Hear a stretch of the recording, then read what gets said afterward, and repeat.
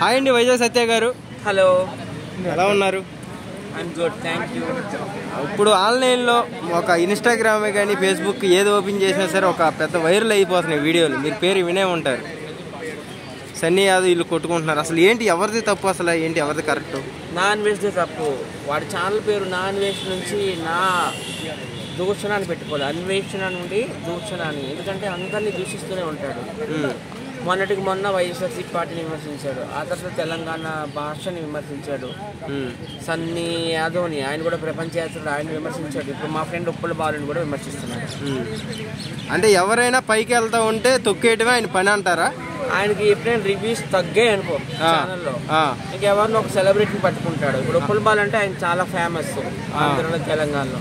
ఇప్పుడు ఉప్పల బాలు తిడుతున్నాడు. అసలు ఉప్పల బాలు ఎప్పుడు నాన్ వెజ్ వీడియోసే చూడడు. నాన్ వెజ్ అంటే ఎవడో తెలియదు ఉప్పల బాలుకి. ఉప్పల బాలు అంటే అందరికీ తెలుసు రెండు తెలుగు రాష్ట్రాల్లో. నాన్ వెజ్గా ఫస్ట్ ఉప్పల బాలు ట్రోల్ చేశాడు. అదే నాన్ వెజ్ భీమిలి, వైజాగ్ దగ్గర. భీమిలి పక్కన రాయవరం అని ఒక ఊరు. హోటల్ మేనేజ్మెంట్ చదువుకున్నాడు. చదువుకున్న తర్వాత విదేశాలు వెళ్ళి షిప్లో చెఫ్గా వర్క్ చేశాడు. 2019లో వచ్చి యూట్యూబ్ ఛానల్ పెట్టాడు. కిలిమంజారో అనే ఒక పర్వతం ఉంది కదా ఈస్ట్ ఆఫ్రికాలో, అది ఎక్కాడు. అది 5800 మీటర్లు అట్ట సీ లెవెల్ హైట్. సో అట్లాంటప్పుడు మేము సంతోషించాము. మళ్ళీ చైనా వెళ్ళేటప్పుడు మేము అందరం తిట్టుకున్నాము. ఎందుకంటే చైనా మన ఇండియాకి శత్రువు దేశం. పాకిస్తాన్ ఎట్లానో జమ్మూ అండ్ కాశ్మీర్ ఆక్రమించుకుంటుందో చైనా అలాగే మన అరుణాచల్ ప్రదేశ్ కూడా సగం ఆక్రమించేసుకుంది.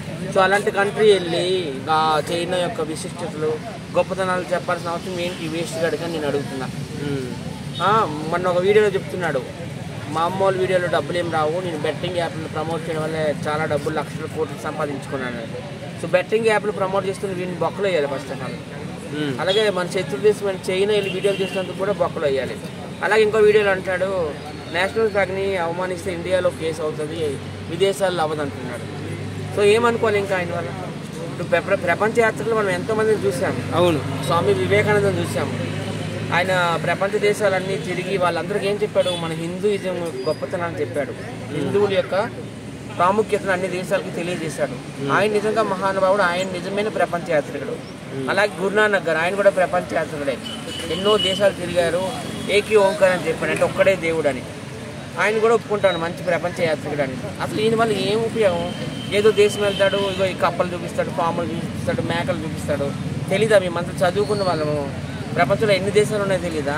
ఏ దేశంలో ఏ భాష అంటే తెలియని వాళ్ళు కూడా కొంతమంది ఉంటారు కదా, తింటారో తెలియదు. నువ్వు చూపిస్తే కానీ మాకు తెలియదు అన్న. ఆయన అంటే కొంతమంది ఉంటారు కదా మనకంటే ఎడ్యుకేటెడ్ అయి ఉన్నారు, సిటీ వాళ్ళకంటే. అందరికీ తెలుసు. ఆయన వల్ల అసలు ఏం ఉపయోగం లేదు దేశానికి కానీ, రాష్ట్రానికి కానీ, ప్రపంచానికి కానీ. ఆయన అందరిని విమర్శిస్తాడు. పేరుకే నా అన్వేషణ, కానీ నా దూషణ అది.